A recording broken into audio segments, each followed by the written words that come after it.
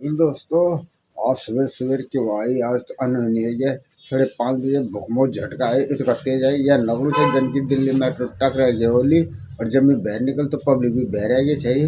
और इतना तेज झटका महसूस हुआ है कि कुछ बता नहीं सकूँ। मैं तो खंतड़ा फोटो से और जनी में बह रहा हूँ तो पब्लिक भी बह रही दिखेड़ी चाहिए मेते की। और इतना तेज आए कि बता नहीं सकूँ चाहूँ में। और ये मुख्य केंद्र चाह ढोलक कुआं और दिल्ली एनसीआर सभी जगह महसूस किया गया है। और ये तीव्रता चाहे 4 पॉइंट कुछ, तो बहुत तेज झटका चाहे दोस्तों यार। तो अपन ख्याल रखें आप सब।